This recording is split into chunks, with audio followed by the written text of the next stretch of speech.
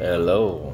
Pakinggan natin ang opinion ng iba-ibang vloggers tulad ni General Macanas patungkol ito sa boxing match ng dalawa, ni General Torre at saka ni Acting Mayor Baste. Pakinggan natin muna bago tayo magbigay ng komentaryo. Tingnan natin yung mga opinion ng ibang tao. Mga kaibigan, pasensya na po kayo. Ito, malakas ang ulan, bumabagyo dito sa location ko. Wala kaming kuryente ngayon, kaya maingay ang ating background. Okay, bigyan natin ng reaction opinion itong post ng The Political Vlogger.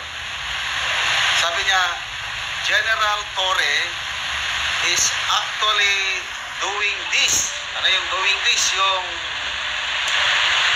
charity boxing match with Mayor Duterte.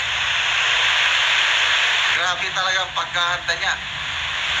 General Torre is actually doing this to help divert the issue from the coke overdose issue involving Dina Arroyo Tantoco.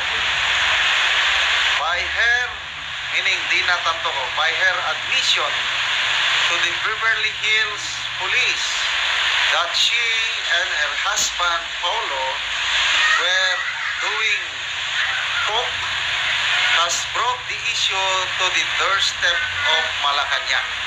Yan ang opinion ni political vlogger. Isinare niya ang DZRH News 1 hour ago.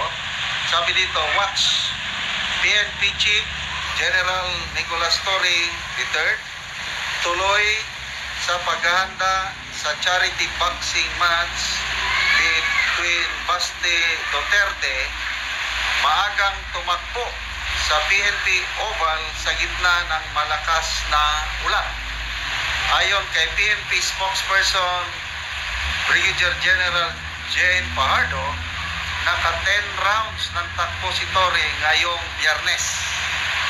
Ito. Yan, umulan o. Grabe.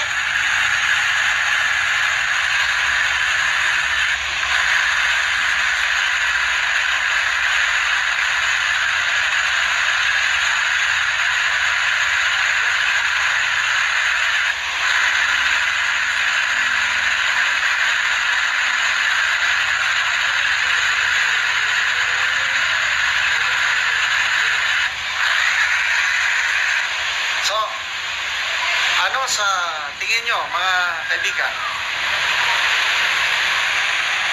Sangayon ba kayo sa opinion ni political vlogger na this might be a distraction para hindi mapag-usapan yung mas, to me, dalawa yung issue na mabigat ngayon.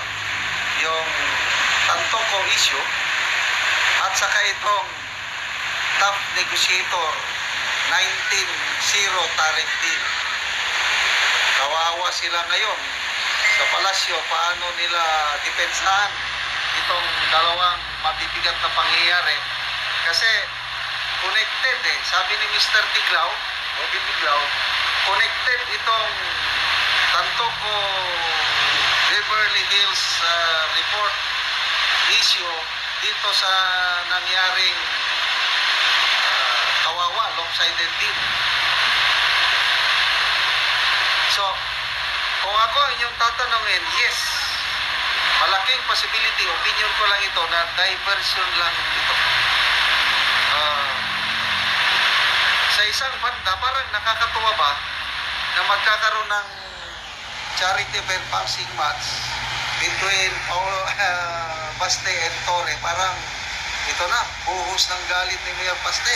Pagkakataon na siyang makapag-buhos ang galit niya sa kumidnap sa iyang ama. Entertainment value, yes, nandyan ka na. Nakakaya. So, pwedeng ganon para lang maibang issue. Ganon naman talaga ang administration. Maraming situation na binabago. Yung nangyari doon sa issue na namatay si Tantuco, yun rin ang time na kinidnap si dati Pangulong Duterte, ano? So, hindi na siguro naiiba yan. Maaring talagang si General Torre ay nakadikit na talaga sa Marcos. Masama man mabuti, ipagtatanggol niya ang Marcos. Dahil ang Marcos ang nagbigay ng pangalan sa kanya. Ano? Pero naigrab niya rin talaga, naigrab niya talaga na sumikat siya. The controversial general of the Philippine National Police. Kaya lang, yung kanyang achievement, yung kanyang accomplishment, almost questionable.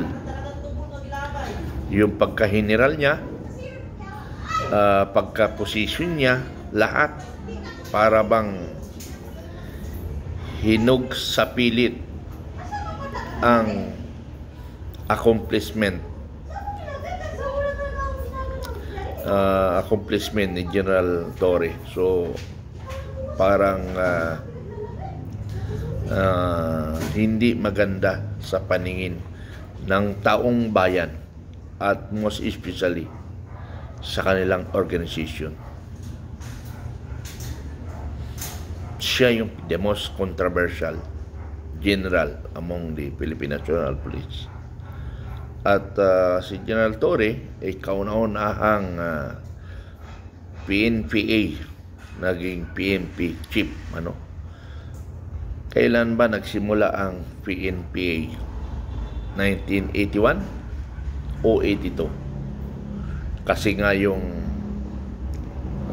kabats ko, parang 82 siya or 81 nag-apply na si PFC din, Biswilan, at nakapasa siya bilang isang PNP cadet. So 81 or 80, 81 or 80, 82, So kaunanahan, pero man 10 years ang academy bago nakapasok ng bilang PNP chief. Puro PMA ang nakaupo. Pero ngayon, nakabawi rin ang PNP because 92 hindi nakaupo. Pero hindi natin alam. May mga 92 pa na 4 years pa sa service.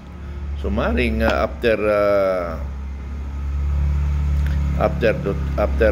Torre ay may makaupo pa na PMA yung 92. Ang alam ko last batch na siguro is 92 sa PMA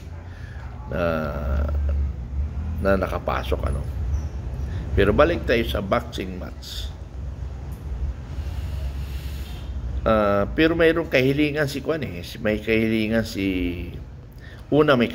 si General Torre na gusto niyang magkaroon ng charity, para yung kikitain ay ibibigay sa mga nasalanta ng bagyo. So isa rin yan na nagpatawa siya para hindi ang focus natin, kasi puro ang SOCMED ngayon ang mga SOCMED puro boxing Torre at saka Baste, So yan ang laman ng SOCMED ngayon. So natatakpan ngayon yung bagyo, Pero yun ang challenge ni Torre, na magkaroon ng charity para may tulong sa bagyo. Ang kahilingan na naman ni Baste, ito yung question doon. Parang hindi rin matutuloy, Ang kahilingan ni Acting Mayor Baste ay magpa-hair follicle test ang mga mayors. Utusan ni Pangulong Duterte, ni Pangulong Marcos, ang mga mayors na mag-undergo ng hair follicle test Kasi marami daw mga involved sa drugs ang kanya mga leaders according to his information. So mahirap yan, ano? Mahirap. So tingnan natin. Ang point ko dito na isa talaga, si General Torre, ano man mangyari, ipagtatanggol niya ang mga Marcos. So ganon. Laban kong laban. Torre versus Baste. Sana matuloy ito para nakakatuwa rin na panoorin. Ano? Sana matuloy. Pero nakita ko malaki rin yung kaha ni Torre. Ano? Kaya lang 55 versus 37 years old. Mas malaki rin yung kaha ni Baste. So, abangan ang susunod na kabanata.